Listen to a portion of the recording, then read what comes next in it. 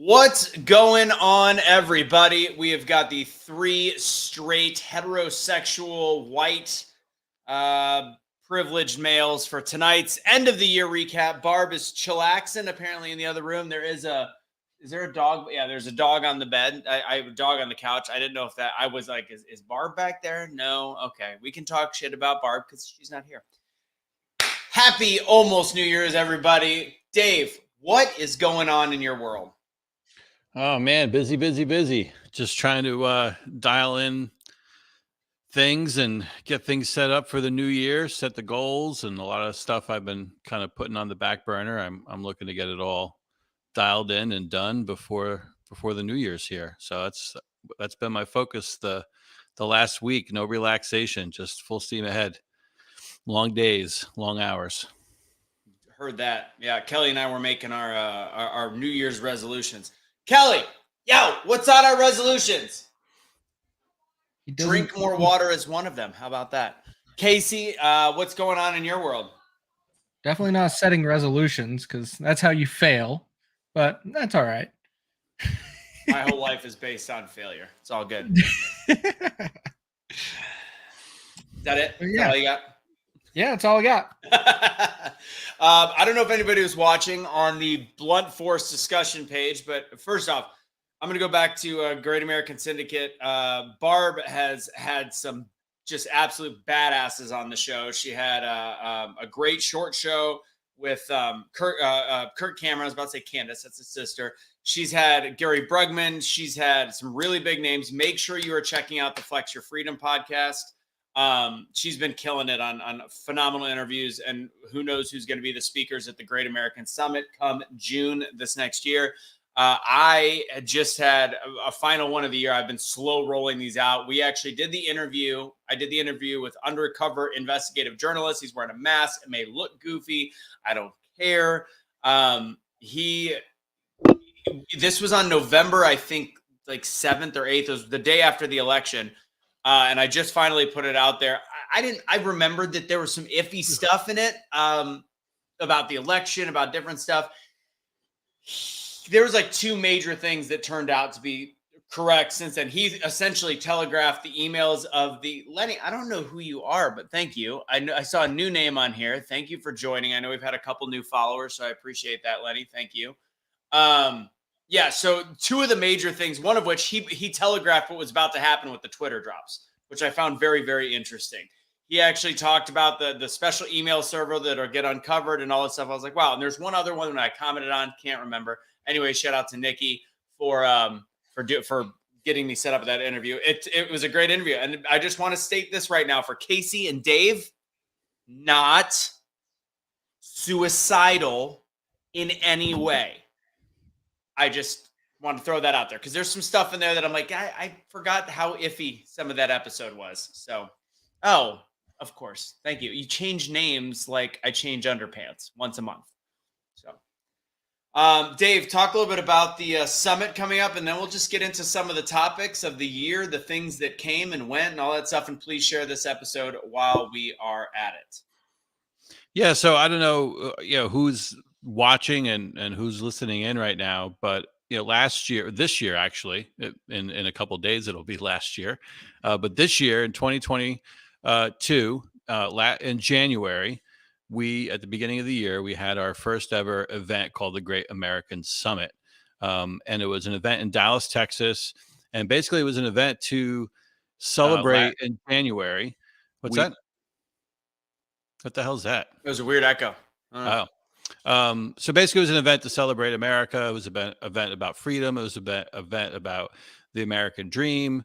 And we had some kick-ass speakers from all across the country. We had David Webb, we had Nick Vujicic, Bedros Keuilian, Navy SEAL, Jason Redman, and Ray Kerr.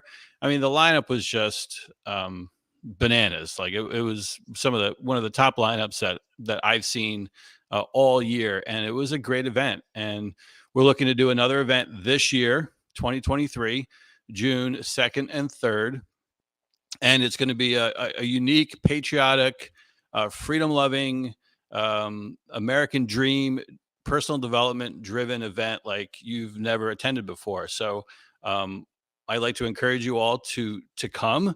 Again, it's June 2nd and 3rd at Gillies in Texas. You can go to greatamericansummit.com or go to greatamericansyndicate.com. We have really discounted early bird tickets right now. I mean, they're ridiculously cheap.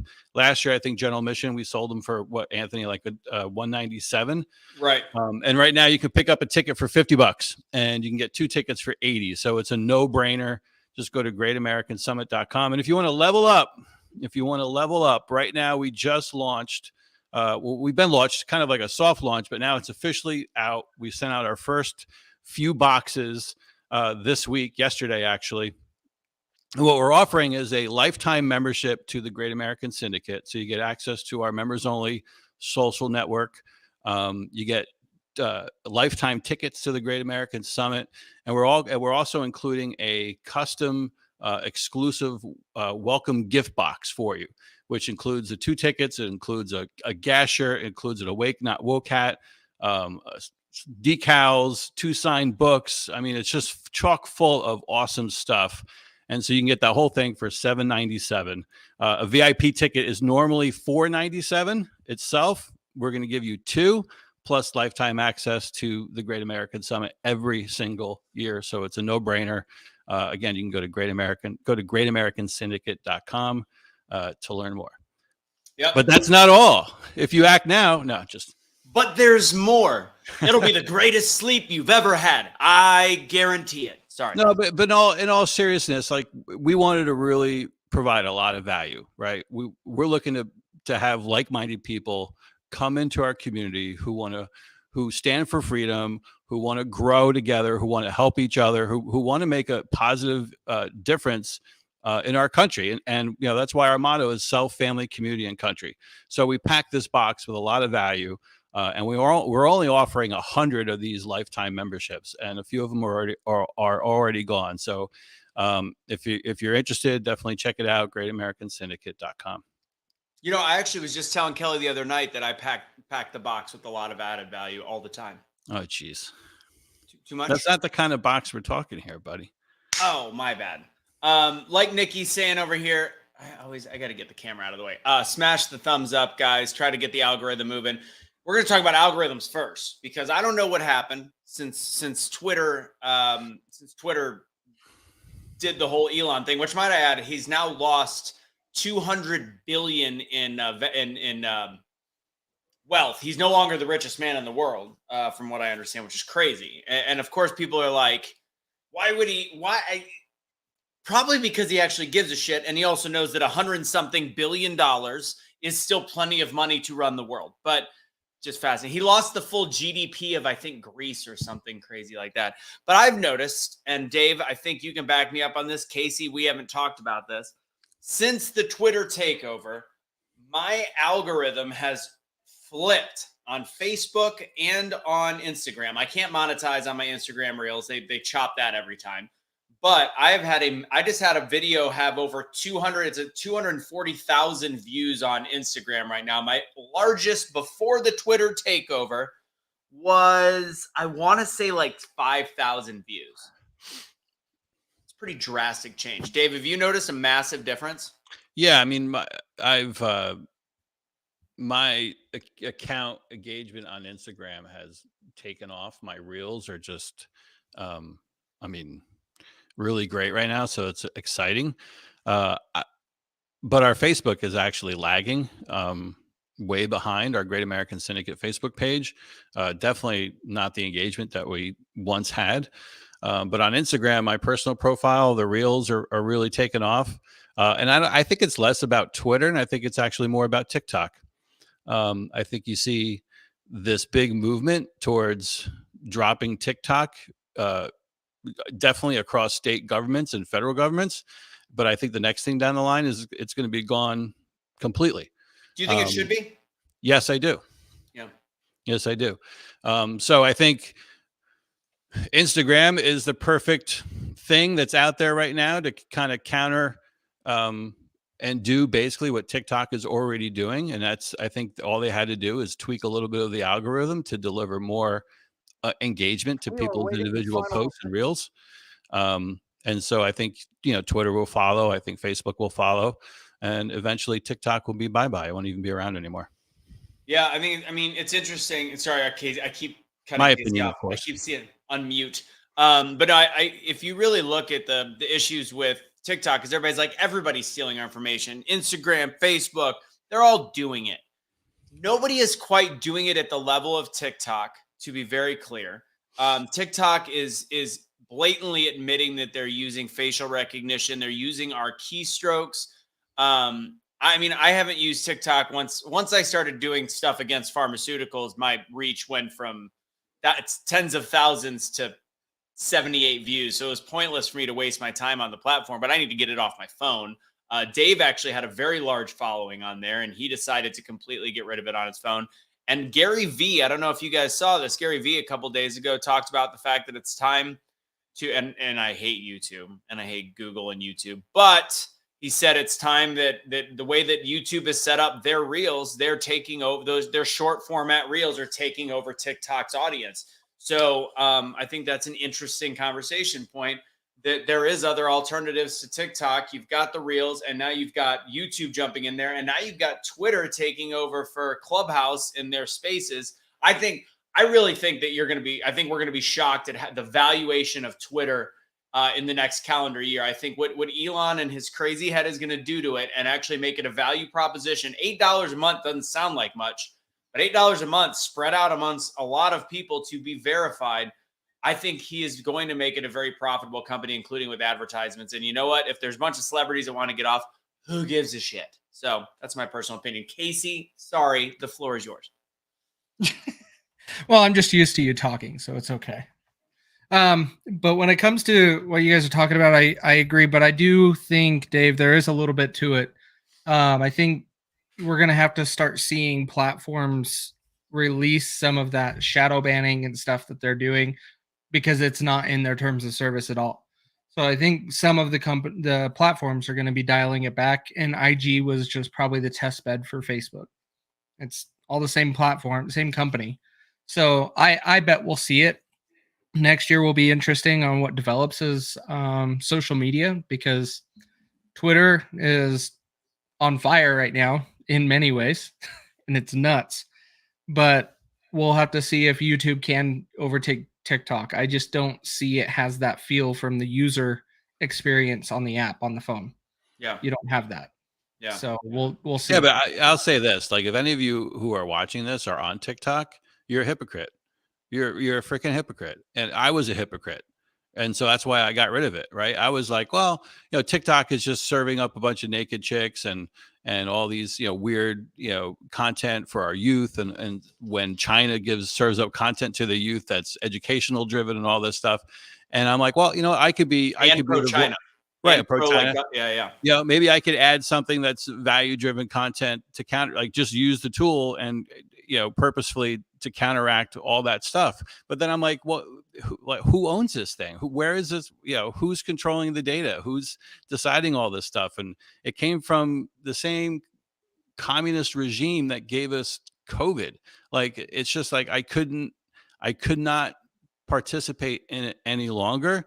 I thought I was not being true to my values, and so I ditched it. I deleted my account. I deleted it off my phone, and I'm like, I'm consciously aware, and I try to be as much as possible when I buy stuff, especially when it's online, to make sure it's not fucking from China. Like, fuck China.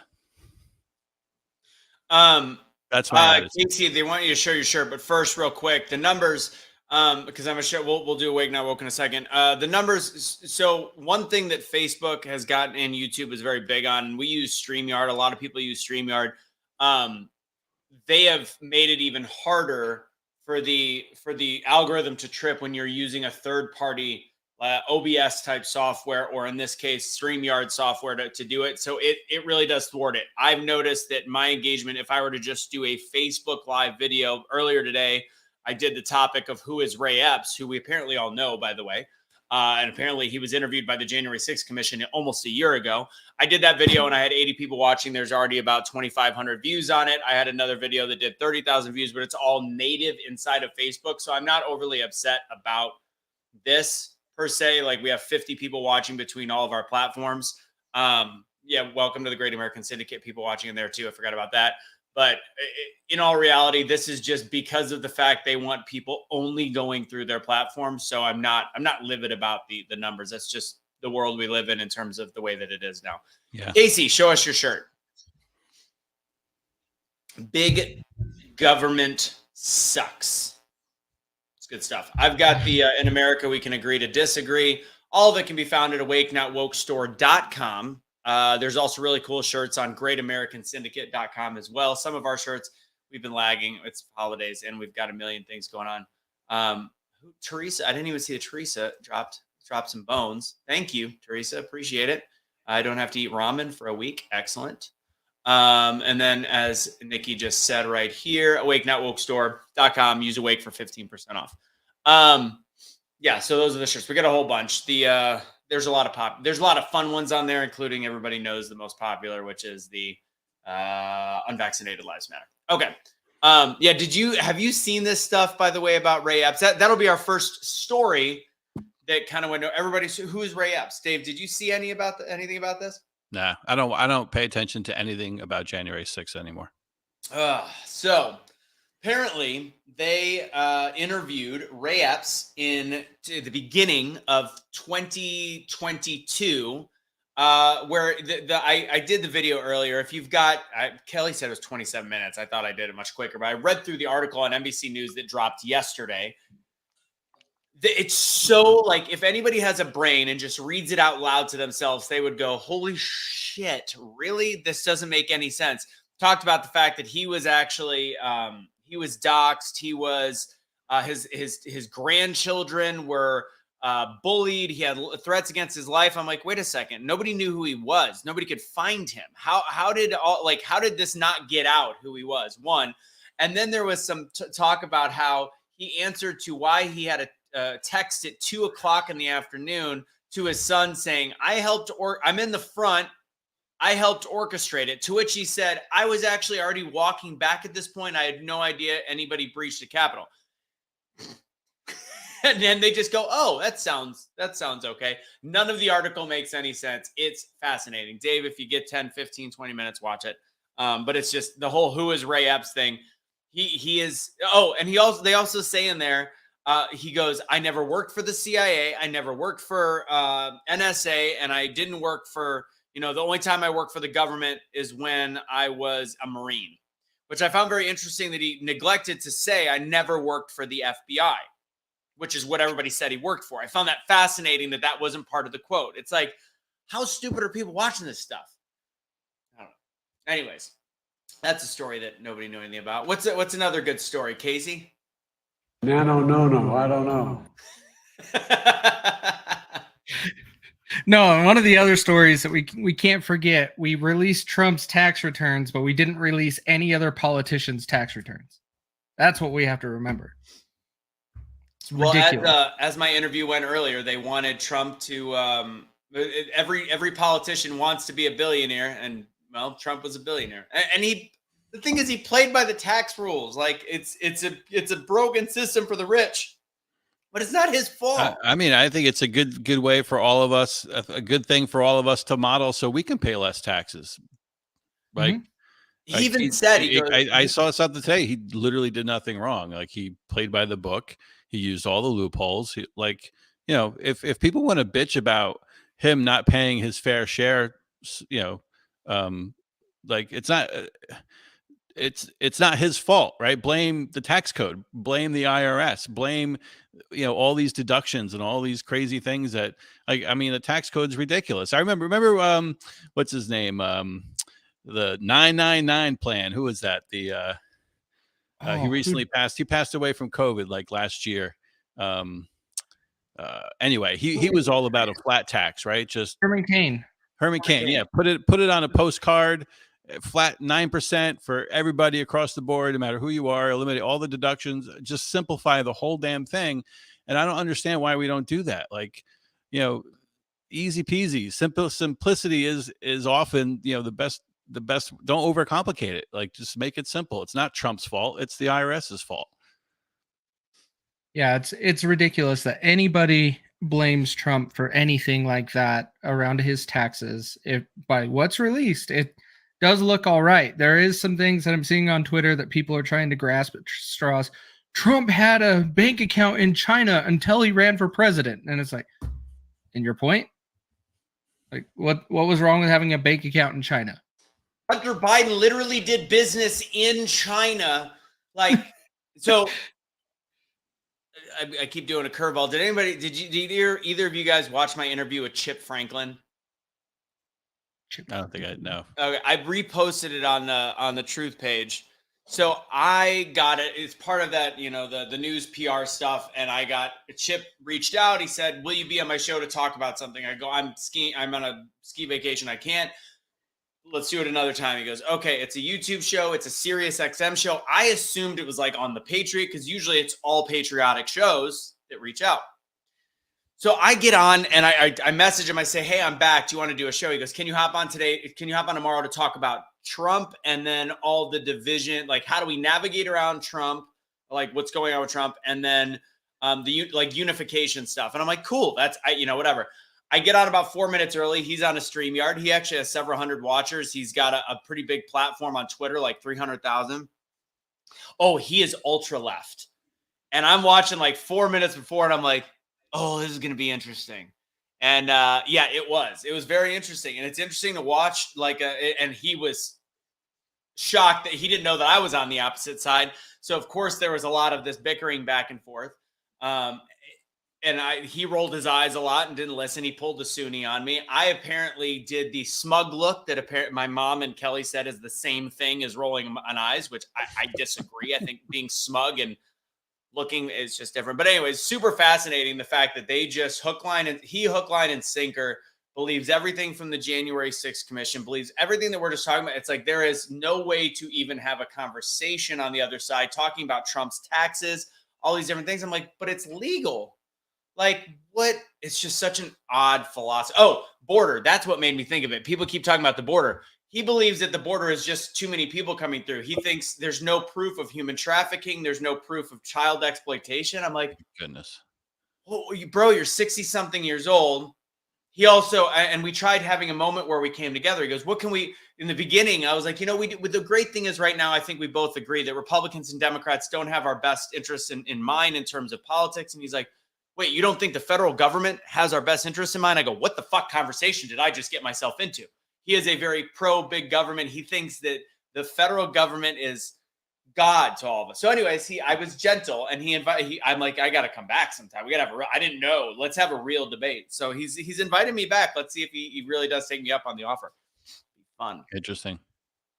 People are so buried in their head. Yeah. Well, look, one thing to keep in mind about the January 6th fiasco, it was a fiasco on January 6th, but it was more of a fiasco with the trial afterwards.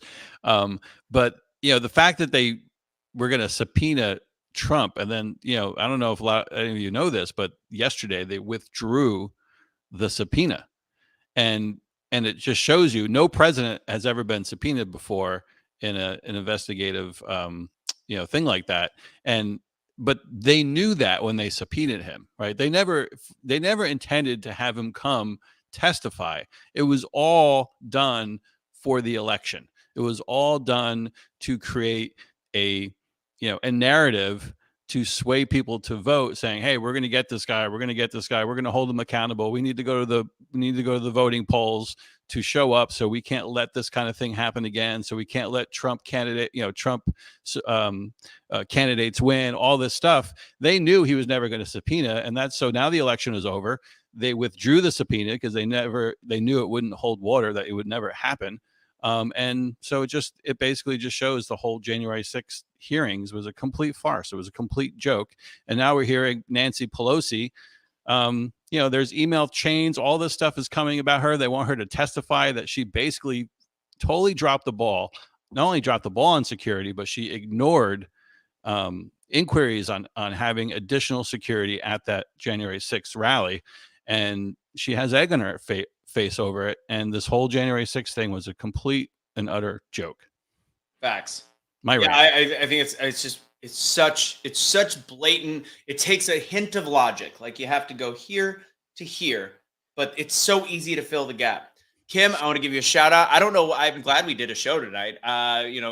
Paying my rent at Kelly's house. So thank you, Kim. I appreciate it very much. Maybe since Kim donated $50, we should send her a ticket to the Great American Summit. Should we do that? Kim, here's the deal. You got a general admission ticket. I know, Kim, you've been in the comments forever. Yeah, you got a general admission ticket. Actually, Stevie, you've been around and donated more money than anybody else. You've donated. DM Anthony with your contact information, Yeah. your best email and phone number. And as we start rolling around to June 3rd and kind of solidifying things, we'll make sure you're on the list. Yeah. 100%. Yeah. Thank you guys. And if you want to, and that'll count, if you want to end up being a VIP, that'll count towards it. We'll talk about it. Kim, I know you message me all the time, or you always comment. So I got you. Or Nikki will take care of it. Thank you. And Stevie, obviously, you know where to find me. I think you have my number too, but we always message each other. What was I going to say? There was conversation, because we're talking about stories that didn't go anywhere. We'll obviously talk about Mar-a-Lago. Oh, what was one thing I was thinking of? Threw me off. Can't remember. Let's talk Mar-a-Lago then. Mar-a-Lago. Another election, right? Smoke and mirrors. Turn out the vote. That's it. Nothing has come of it, and they continue to talk about it. Nothing. Well, you don't even hear about it anymore. You guys are forgetting. Something did come of it. The FBI admitted that Trump only took things for just celebrating things that he did while he was president. No, but they lied to the American people the whole time. First, it was nuclear codes. Then it was top secret information.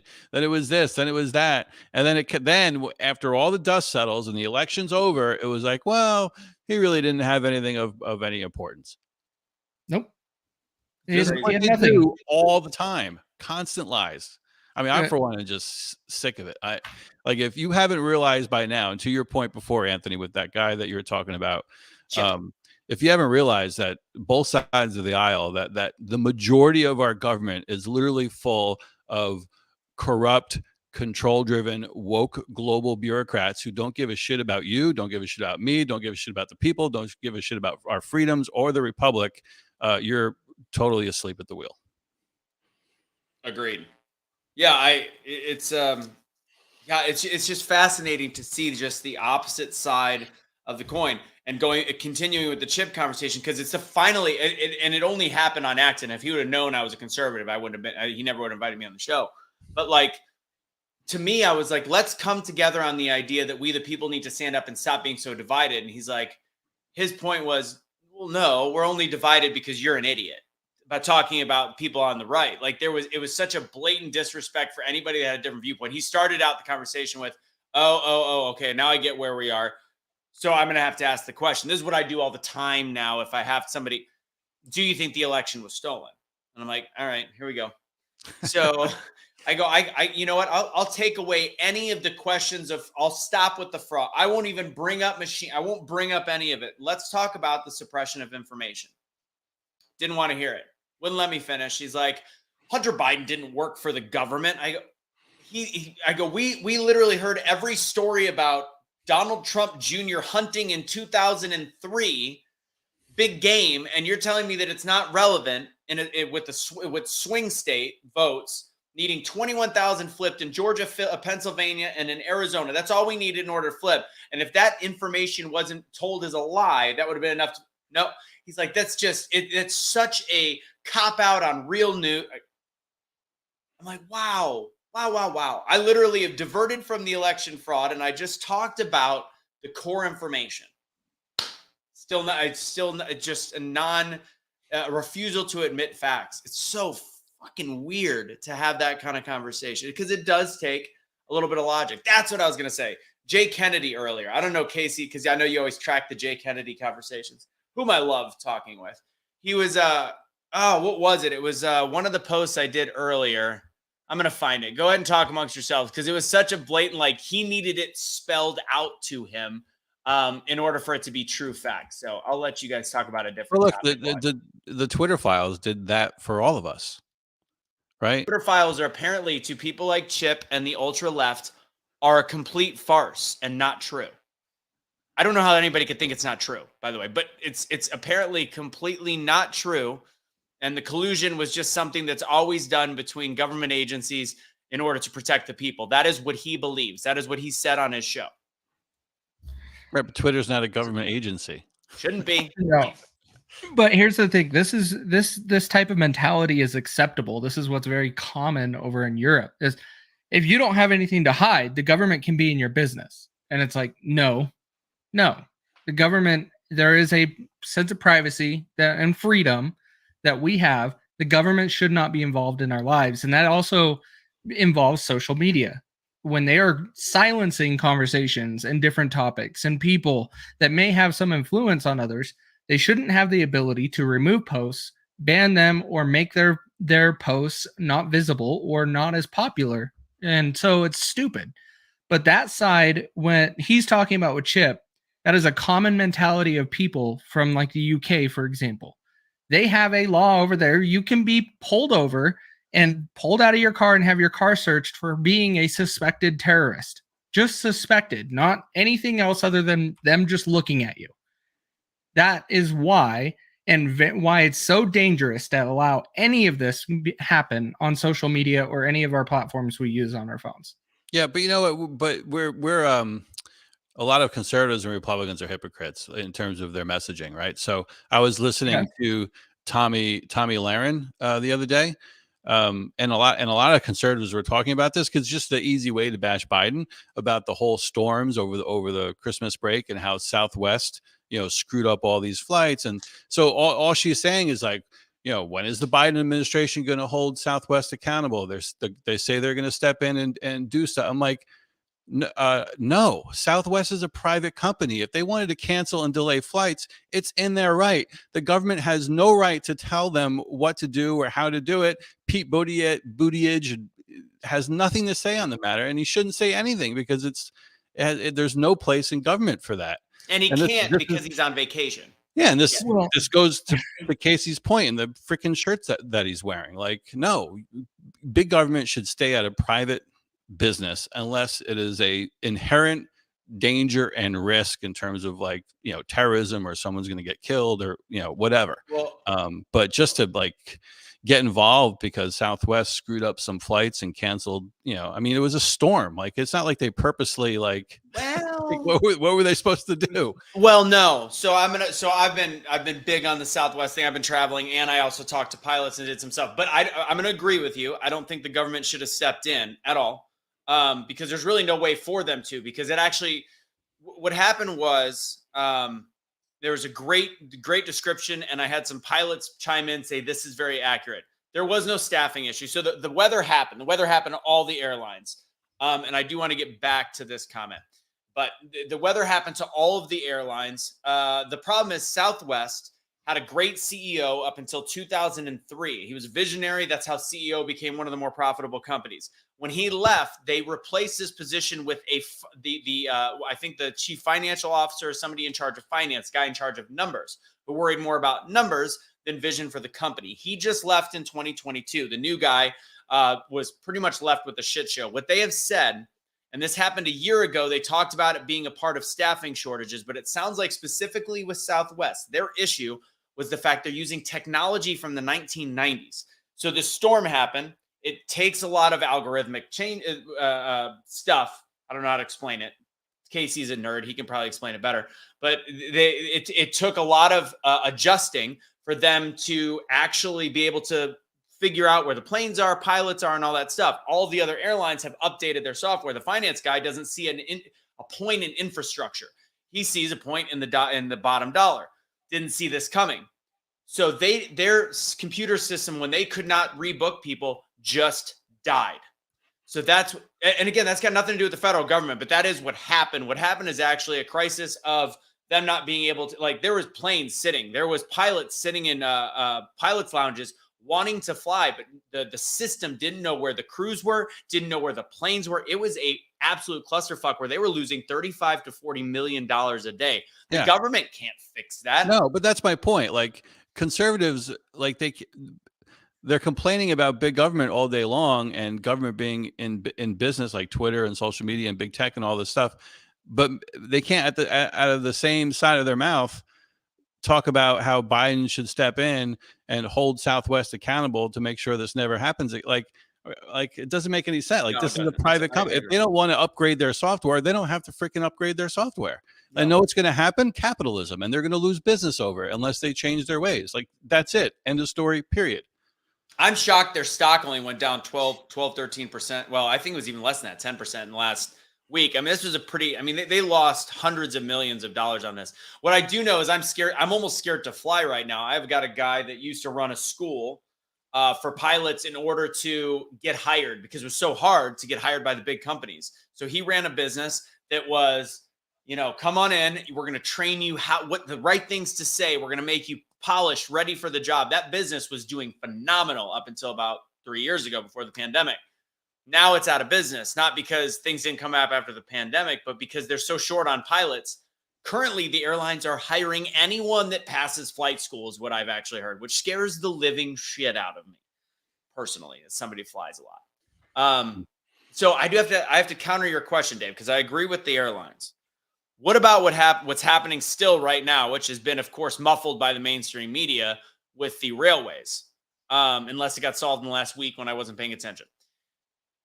Do you think the government should step in because of how big of a deal that has for our infrastructure as a country to make sure that, our prices aren't gouged, that we have supplies? I just went to the grocery store. I saw the shelves looked reminiscent of the shortages a couple months ago. So do you think the government should step in terms of the railway unions? No, I think they could play a role, but I don't think they should step in. I think they can encourage debate and maybe put forth some guidelines that people can come together on and agree. But at the end of the day, it's up to the unions and the industry to sign off on these things, right? The government can't force them to say, hey, this is the agreement that we want you to go with, and you go with it. Like, it's still a private company. It's a union. Like, the government has no position in it. By law, they can, based on the Railway Act of like 1920 something. No, I know, but I don't think it's right for Congress to actually, legislate the deal. I'm actually gonna disagree because I think I'm not a big fan of unions anyway. What's that? I'm not a big fan of unions anyway. I agree, and I think, but I mean, I'm not a fan of government or unions, so which makes me kind of go, well, this is kind of screwed up. And also, I'm not a fan of woke employees that are requesting things that I think are a little bit over the line. But at the same time, at one point, greed and capitalism sometimes do have an issue. And that, to me, is the rare occasion the federal government does need to step in. Personal opinion. What do you think, Kaecey? No. The flat answer is no. But I do get what you're saying. There are laws, and I believe this is what Tommy Laren's calling upon, which is there are requirements that the DOT actually enforces on airlines to ensure that fair treatment amongst customers. Because some customers were getting refunds, some weren't in certain circumstances. So the DOT actually should step in and to encourage taking care of the customers to do the right thing because of laws and rules that are put in place, just like the Railway Act of 1926. However, I do wish all of that would be pulled and would not exist because it is up to the free market and the people and our capitalistic society to make those determinations. It's not the government's place.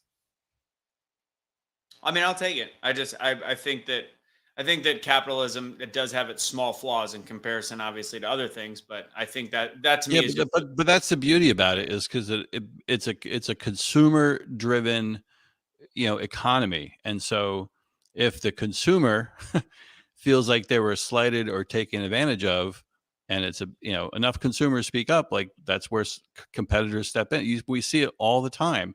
And I think if the government was stepped out of the role most of the time, that it would encourage these things to happen more often and even quicker, where we wouldn't see issues like the railroad issue. Well, I agree with you. I think that plays in terms of Southwest big time. You have to let the consumer play out.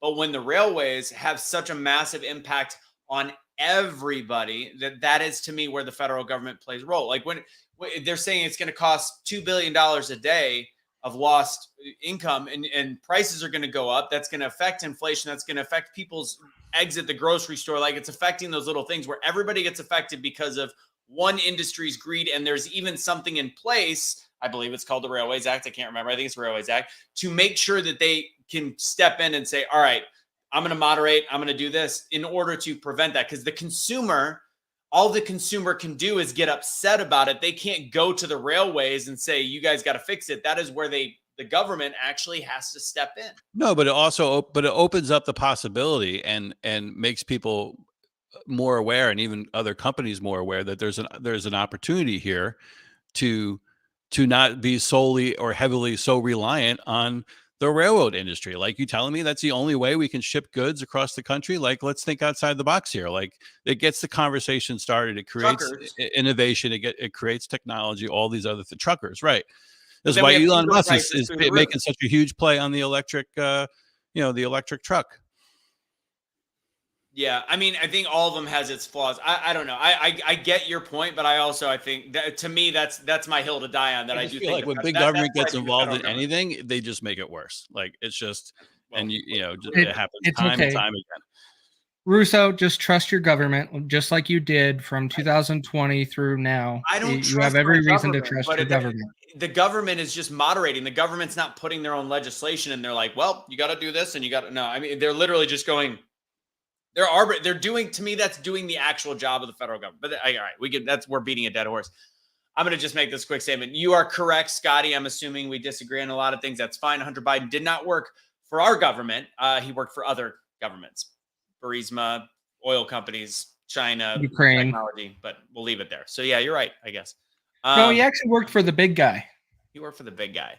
I believe so. This person does a lot of work with surveillance, and I'm just gonna say, and I think we've learned from the Twitter files that's accurate.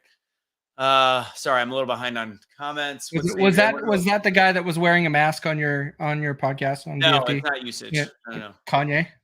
Okay. No. Speaking of I heard Kanye's missing. Yeah, I heard that too. Yeah, so is Balenciaga. Huh. They're missing? What do you mean? So let me ask you guys, Kaecey, I'll go with you first. I'm going to take over the horn here, Anthony. No, go for it. Do it. What's your biggest story of 2022? Like, your most memorable, impactful story that you think was the biggest thing for you? We kind of already touched on it, but it's Twitter files. I don't think you get a bigger story than that. Just to go off of another one, I just mentioned Balenciaga. I think those two blew off the head of a lot of things that need to be revealing, right? Yep. Yeah. And it's just the beginning. I think we're about to see a lot of unraveling. You're going to see a lot of politicians retire and just step away, and a lot of people just disappear because they don't want to be at the forefront of any of this anymore. Okay, so let's play a little game here. So, 2-part question, right? That was the first part. Second part, Kaecey, what do you think the biggest story in 2023 is going to be, if you were to predict? I think, I don't know. I don't know. I really can't say, because I want to say it's about the same thing, which is things are starting to unravel. The onion's starting to be peeled, right? But I really am thinking we're going to start seeing the government get unclothed, and we're going to see the evil inside of it even more. What that means, I don't know. It could be all the way down to politicians and their taxes and funding and what they're paying for. God being willing, paid by is going to be coming out. What do you think, Anthony? What are your answers? All right, I got answers to both of them. Real quick, Monsoon's in the building. Him and I agree on this one. I do want, if he can make a comment, because he was talking a lot about the Brittany Griner story, and talking about the ex-Marine that was not dishonorably, but he was discharged, whatever.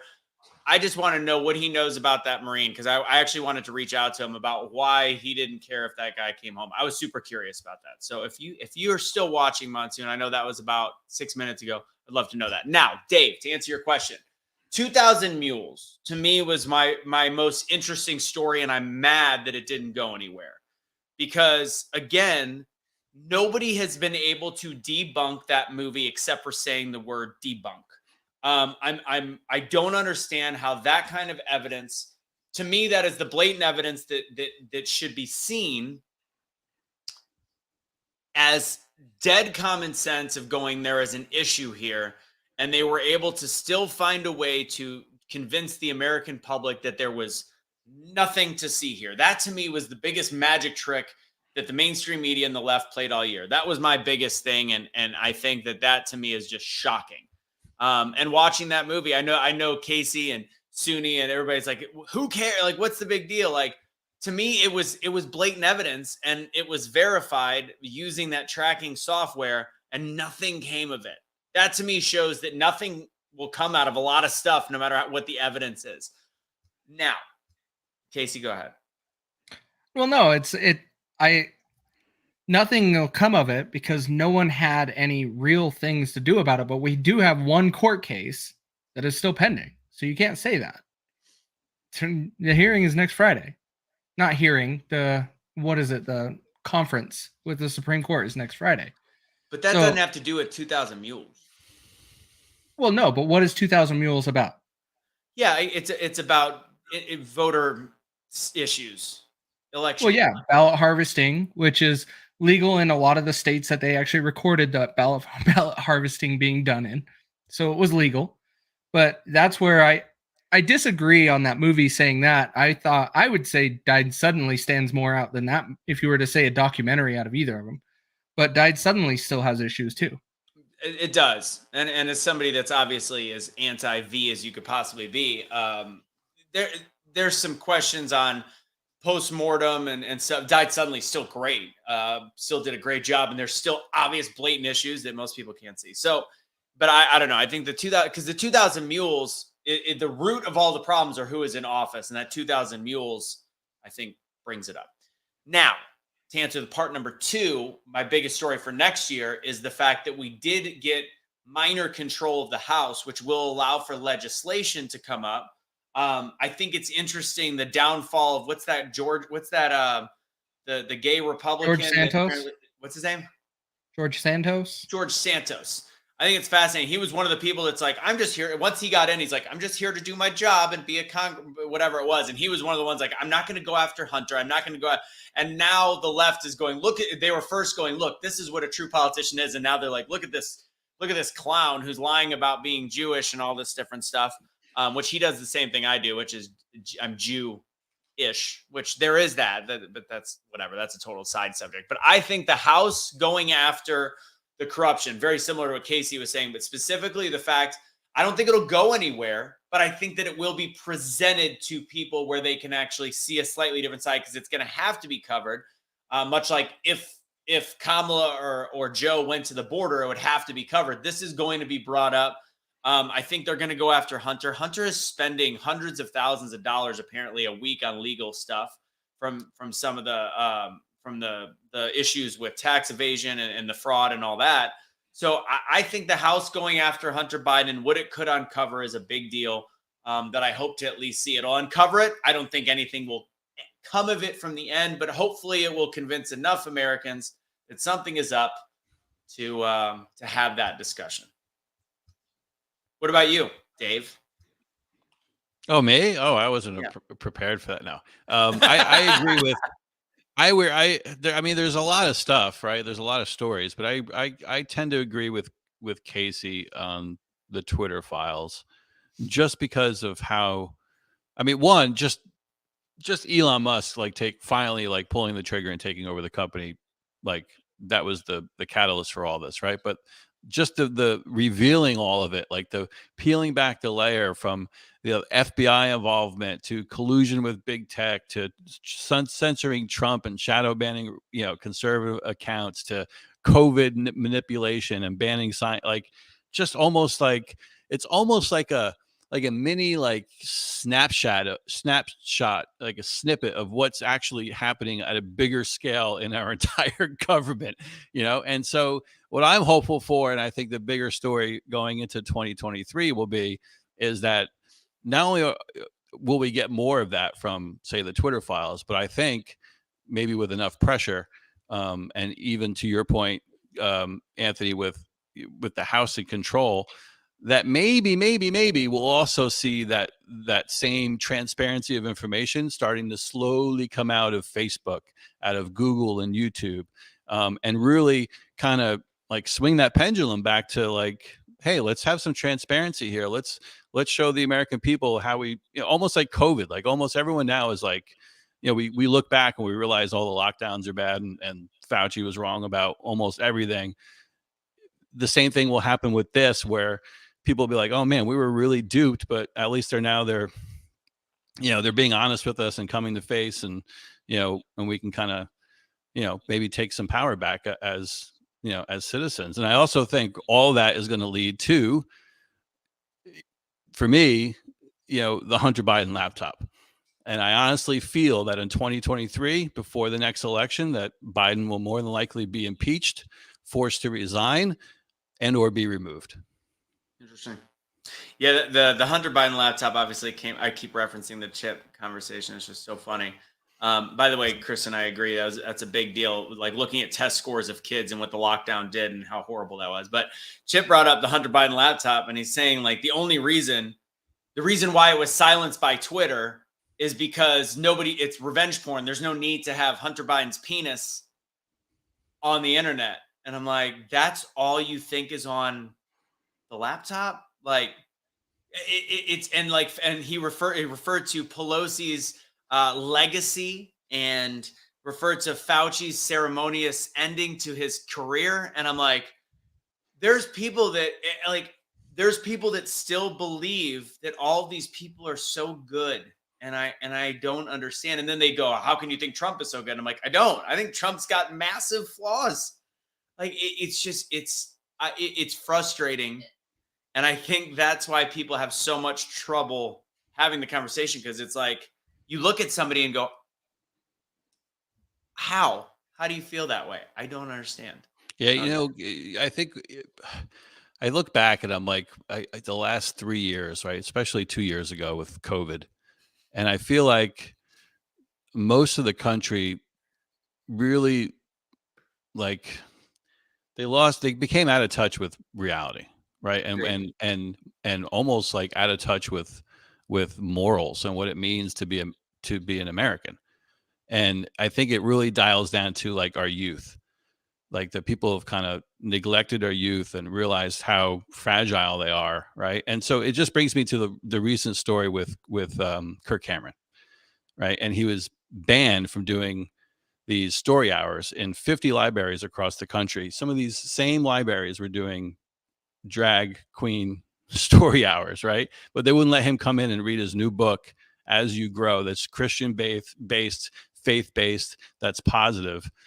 And then he's in Indianapolis the other day, and in 137 years at the Indianapolis Library, they've never had more people show up to any single event than Kirk Cameron reading that book. 2,500 people showed up at that event. Kids, right? They could only read, I think, 300 to 500 kids at a time. And then people were sitting outside. There was lines around the block for people to get in. And for me, for 2023, I feel like that's a real, like, big movement, like that can create some real change, because I think that's just going to get more legs, and it's going to get heated, and people are going to really see, like, man, we've really swayed off of principles and values. And I think someone like that, like taking a stand like that and doing what he's doing, and especially is starting to get some coverage, and you're starting to see it more on the airwaves and everything else. I think it's going to be big, and I think it's going to help swing things back to the middle, and I'm just hopeful for it. So that's my positive story that I'd like to see in 2023. I like it. I dig that. I like it. Let me add to that a little bit. Go for it. Because with the positive story there that you're talking about, one of the things, like we talked about the House being taken back control by the Republicans, right? But what about the Democrats that are stepping away from their party. Do you think that's going to change how the Senate makes decisions in the next 2 years? It's a good question. That was a good Dave? question. I'll let you tackle this one first. Keep it simple. I mean, yeah, I think it's a big deal to see some of that shifting. I mean, there has been, you got the Liz Cheney, but she doesn't hold office anymore, so that doesn't really play a factor. So, I mean, yeah, but again, the question is, are they doing that to gain middle support? Have they lost support of their party and they're looking to find?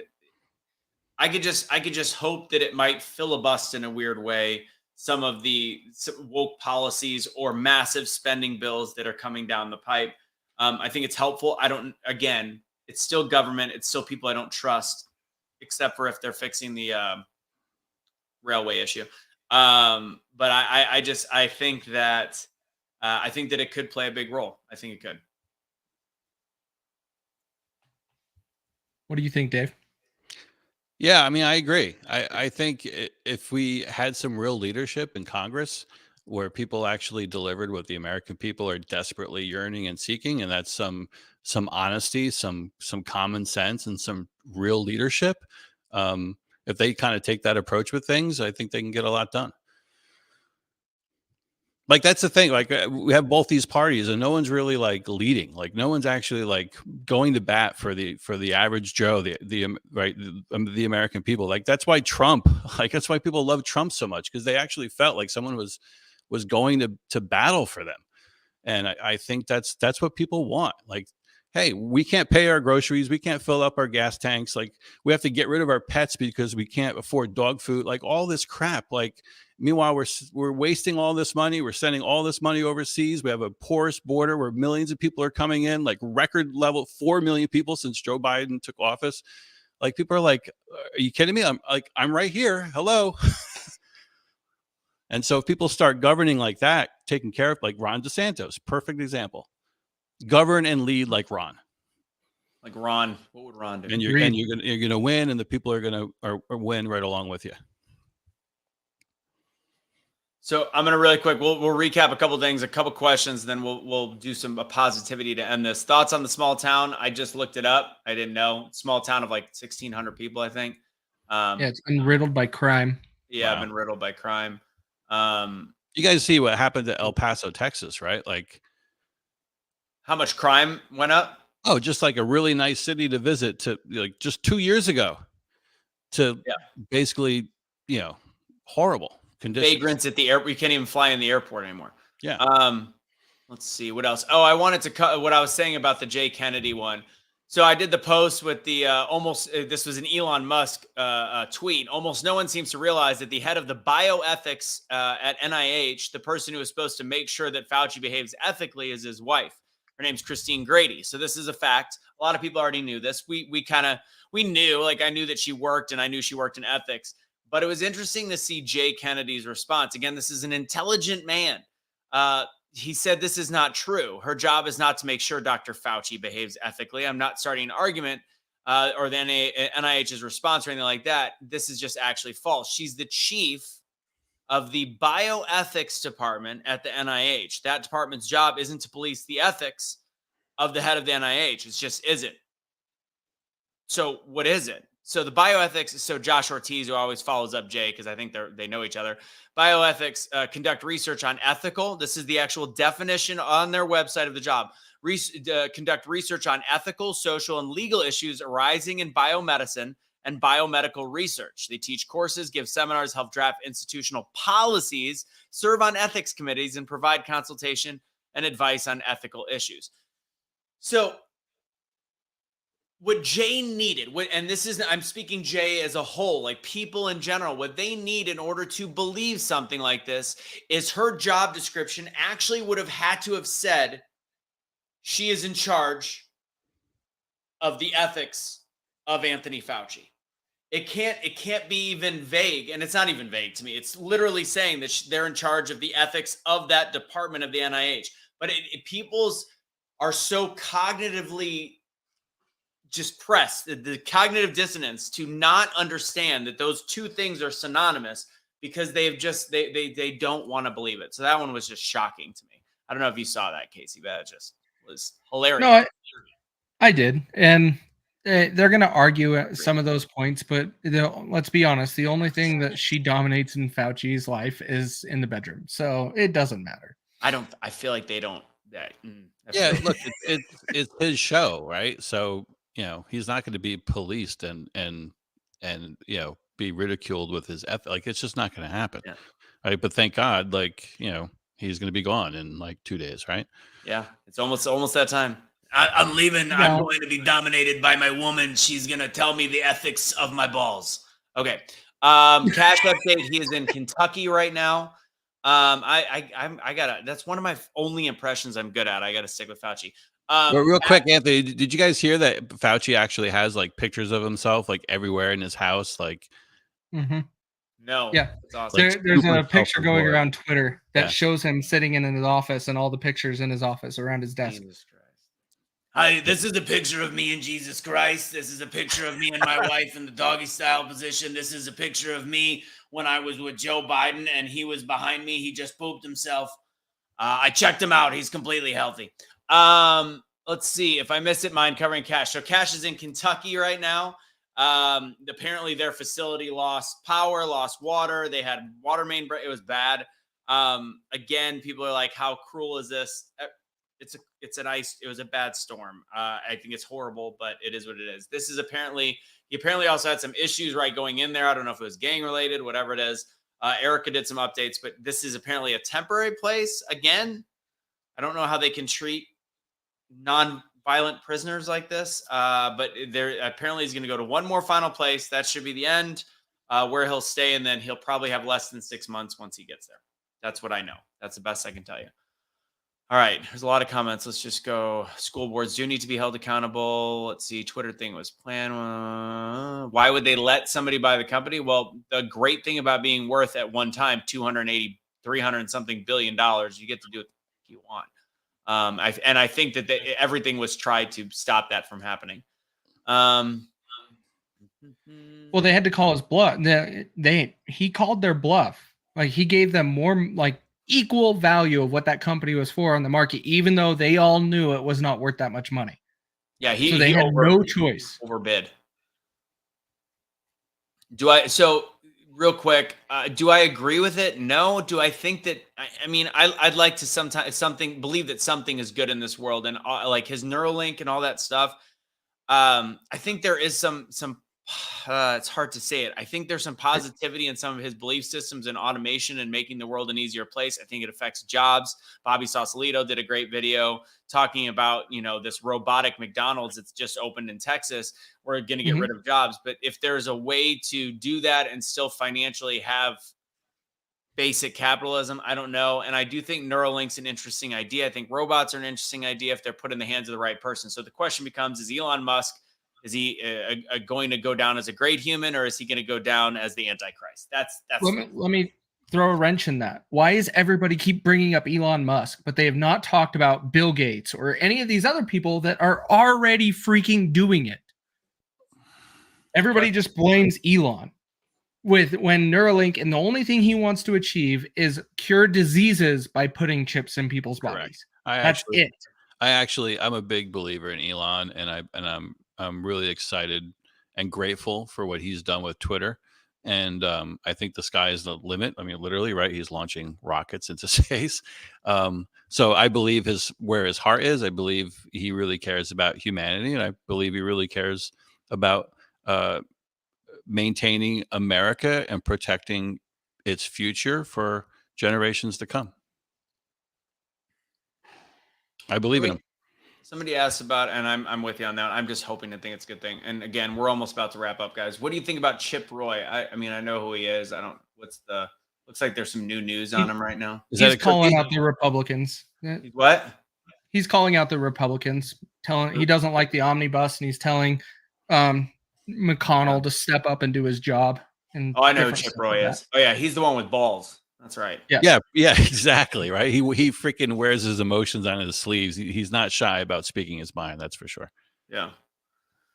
What do you think about the whole Ukraine thing? I think we all know that it's never. We all know that we should. Everybody should know that we should stop spending money on that one. But I think a lot of us think that on a couple days in, like Suni was the one that brought that to my attention in day like 3, and then I started doing my own research and realized that it's all a hot bunch of garbage. To answer the question up top, has Suni been on any shows? No. Middle of the summer, we decided to separate ways. We just have very different ideology on a couple very important issues. Look, I've got nothing bad to say about it. I think we could all agree that we hope for the best when it comes to the Ukrainian people and being able to live in a free democratic society and not having to worry about bombs being allowed into their country. But do we need to send $120 billion over there to make sure that happens when we have, homeless people on our streets, Americans who can't afford to, again, groceries, gas bills, everything else? Like, no. No, you got to remember, guys, it didn't go to Ukraine. It's in FTX. So it went into other people's pockets. It didn't go to Ukraine. Right. You could do both, right? Like people, it seems like a lot of these issues, it's like you either have to be all in on this way or all in on that. Like, but there's middle of the road. Like you can care about the earth and the climate without being a climate change fanatic and Green New Deal everything, right? There's a middle road in everything. Like you can care about Ukraine, but not like want to send all this money over there, like. Agreed. Yeah, I know Chip Roy's from Texas, by the way. I just didn't know. I recognized his face more than his name, to be honest. Once I saw who he was, I was like, oh yeah, the guy that always yells at people. Love him. All right, I think that's pretty much it. And then let's do positivity to end it. There was one thing. This was most positive. And go ahead and put everybody in the comment box, put your positive thoughts for 2023, how things could potentially change. Cricket says, "Think God is changing hearts." I think God is. Like I think there is some massive shifts, massive changes going on. I don't know if that's going to change a vote, because I don't know if the vote is ever going to be sacred anymore, to be totally honest. But if it can change people, I think that's the most important part. And yes, Neuralink does have some positivity if you look into some of the stuff behind it. That's it. Okay. All right. Kaecey, you start, then we'll go to Dave. Kaecey, what's your positive? I mean, we talked about positive stories. Dave asked that question before, but what is your positive outlook? What do we as a people need to do in order to get some semblance back? Do the cash streetlights method. What can we do to unify at this point? To unify at this point is just to support each other. Remember, 2023 is going to be a tough year economically. It's not going to be super positive in that manner, but we can help each other and build up our economy and each other's circles if we actually promote American-made products, help each other build up in that regard, and make sure that we are supporting everybody local that we can. That's going to be a super big deal, because the big companies will always survive the markets, the downturns, but the smaller ones don't. So if we can do that, we'll make sure we keep local businesses and small businesses afloat for 2023. Good for it, Dave? Yeah, I totally agree with that. Made in America, America first. Like that's a big. I'm a big believer in that, and I think we all need to focus on that a little bit more. I think being an entrepreneur my whole life, and some of the things I've learned is that if you want to speed up success, the easiest and fastest way to do it is to get around people who are doing what you want to be doing at a very high level, and the same goes for politics. And I think this conservative, faith-based American values, like America First movement. And I think you are seeing a shift. I think America is increasingly becoming conservative, center-right, counter to what you might see all the time in the news. That's why they are doing the things that they're doing, because they understand that that's actually what's happening. And so to keep the pedal on the metal, I encourage all of you to take some action in your own life, build your own little circle, whether it's a group of 5 people in your own local community, whether it's an online community like we have at the Great American Summit Syndicate that you can get involved with. Start doing stuff like that. Start taking little actions on your own. Do a local workshop, join a meetup, get involved in a church, host an event, Tom Verano, a friend of all of ours who does speed painting, he does performances in high schools all across the country. He painted the Statue of Liberty there in the back. He does stuff on Nelson Mandela, the bald eagle, talks about our veterans while he's doing these speed painting stories, impacting our youth with positive American core faith-based values. You see what Kirk Cameron is doing. He's reading books at local libraries. Like, this is the kind of stuff that all of us could be doing more. And I think the compound effect of all of us doing that will move that pendulum, that will it'll make ourselves better, will make our families better, make our communities better, and in turn will make our country better. Facts. We're gonna end on this question. That'll be our last part. But I'm gonna agree with. I mean, I love the comments about God, and that was one of my biggest things after just doing one of the Tony Robbins things I did, is just having faith. We have to have faith that things are going to work out for us. And I mean that for the business that is truth, that will set you free, and Awake Not Woke and all these different things. Might I add, Awake Not Woke officially 2 weeks ago got its full trademark, which is exciting. I don't know if it matters. Sweet. Sell much, but eventually we will. I think we will. But I really think that the whole collective concept of a massive shift and sharing of information. We always say share our videos. You know what? If you don't want to share them, don't. But Bobby Sauce has always said this. I've referenced him twice on this show, that humor is the Trojan horse of truth. Comedy is the Trojan horse of truth. You can get away with sharing things that are funny and political a little bit better. So I'm going to obviously try to do a better job of having at least a funny video here and there that's easier to share, that kind of makes fun of things, that allows people to kind of laugh and go, huh, it's not as blunt as me going on a video, or Kaecey or Dave going, hey, you morons. But it is, if there's a creative way of doing it, and there's a creative way of having a conversation with people around you, I think that's how the shift is going to happen. I do believe that because it's not a fully blue government anymore, there is going to be some hope in 2023 to at least continue to have some information brought forth. They're going to combat that with calling them loony, calling Marjorie Taylor Greene nuts, and Lauren Boebert crazy. And they're going to do all these different things. But at the same time, the information will be out there. It's incremental. We can't expect the whole country to all of a sudden wake up at once. But if we can chip away at it and realize, like Dave said, we are the majority. There's no way to think that we're not, in terms of sensible people. So I think that's a big deal. Put your money where your mouth is. I mean, I'm not gonna get on my high horse and say that, I can completely stop shopping at Walmart. I'm not made of money, but we can get off of things like TikTok. Target is an example of a store that is expensive and something we can get away from. There's a lot of options out there. It's like, oh, Bobby Sauce, what's going on, brother? I didn't see you in there.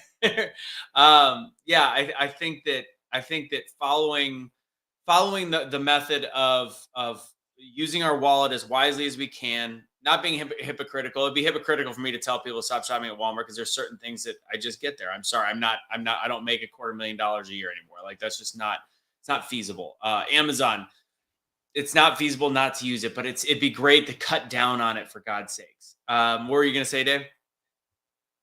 No, I mean, spot on.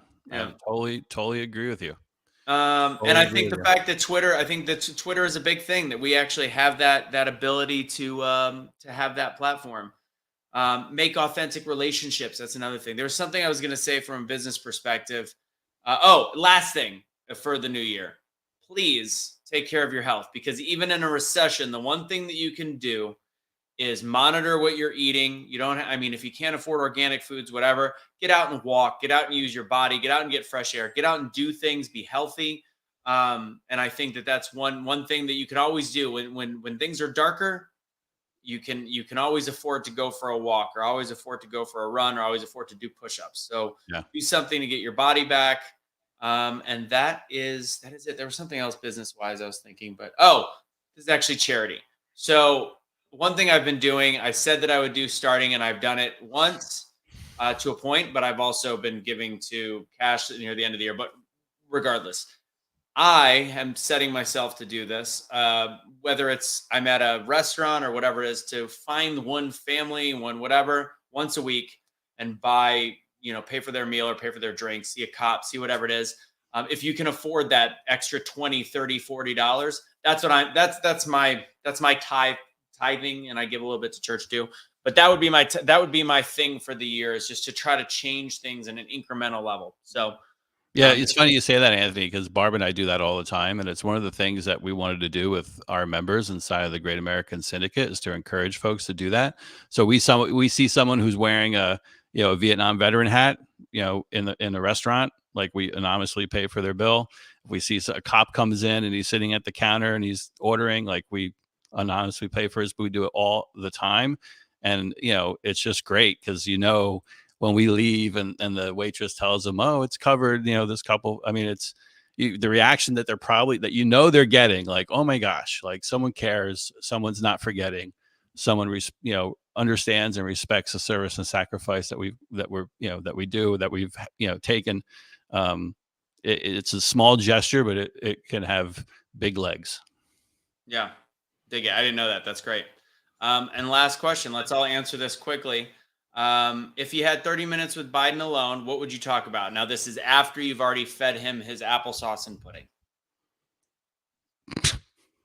Who wants it? Kaecey, Dave? Oh man, I don't even know if I would not take that invite. Oh, I think I would. So you'd pull a pro athlete and not go there after you won a championship? Yeah, if for whatever reason the White House or Joe Biden invited me to the White House, I would respectfully decline. I'll answer it if you're not ready, Kaecey. First off, I think it's interesting. There's a whole new Biden, and I hate to play conspiracy theory, but the whole picture of the newest guy that looks nothing like the old Joe Biden that just came out of him walking with Jill is weird. But say there's a conversation with Joe Biden, all jokes aside. I think in that 30 minutes, if it was a no holds bar, I was allowed to ask whatever questions. I would literally say, what is your actual, I would ask what his actual plan is. Does he have one? And I would try to figure out if he's completely incompetent or not. If I was a pro athlete and got that invite, would I turn it down? No, but I it's funny. I think I don't know if I had a dream about this or whatever it was, like, or if I was daydreaming, just the ability to have this sneak attack. Maybe it was after I had the interview with Chip, I think, of like accidentally being like, oh, you got invited to the White House, and getting there and being like, oh, okay, so I have some actual fucking questions. And I think a lot of it would talk about why are you ignoring the border? Why do you think you're actually doing a good job? And how dare you essentially separate half the country? What's your plan on dividing? What was the purpose of dividing the country? And lastly, when you say we the people and the government are the same things, you realize how ignorant of a statement that is from the President of the United States of America. That would be my top topics, I think. That would be it. In 30 minutes, I hope I can cover that. That's good. Maybe I would ask him if he really showered with his underage daughter. Ooh, honestly. I mean, I would love to press him on some of the weird shit. Like, why is Hunter so fucked up? What did you do? What did you do, Joe? Kaecey, what do you got? Well, that was kind of where I was going to go. I'm teetering on, do I want to have this conversation with an individual that I'm probably not going to believe a single word out of their mouth and waste my time, or should I just not go? But if I was to sit down and have a conversation, it was about the diary. I would have asked questions of what's in the diary, showering with his daughter. I would have also joked about Hunter, being like, was he dropped as a child? Whatever. And then the next thing is, did you funnel money through FTX? And see what he would say. But we all know what those answers are. I think the big takeaway would be the fact that he is as incompetent than we think he is. That without a teleprompter, he can't function. I think that's not a joke. That to me is an obvious point, that there would be no communication, because we think that we'd get some answers, but in all reality, I don't think he has the cognitive ability to do that, to be honest. So here's one for all the conspiracy theorists, right? 1, are you really Joe Biden? 2, who's in control? Who's in control is a great question too. Obama. Yeah. And you know what? He'll probably be like, yeah, it's Michelle Obama. Yeah. Come on, man. Come on, man. Come on, man. The guy that in the usage, the interview, he was friends with Breitbart, and he talked about the whole timing of his death related to he goes, this is what I learned: never do a drop, never tell when you're going to do a major drop about somebody and give a date. So I guess he was supposed to do an Obama drop the day after, or the day after he died. So he always said, if you got something, put it out there. And all right. One. I know we got to go. One last question for each of you. What's the Joe Biden's worst moment since he's been president in your eyes? Oh, that speech, no doubt. The speech where he looked like Hitler on the stage. To me, that was insanity. To me, that was just blatant insanity. Yeah, that's my number one. I don't know. No. I don't know. Mine is still Afghanistan. Ooh. Yes. And the whole thing, not just the withdrawal, how it was, but after the aftermath of the it, lies, his watch, like the whole thing, like just like, oh my God, talk about just showing your utter incompetence. Like, there you go, perfect example.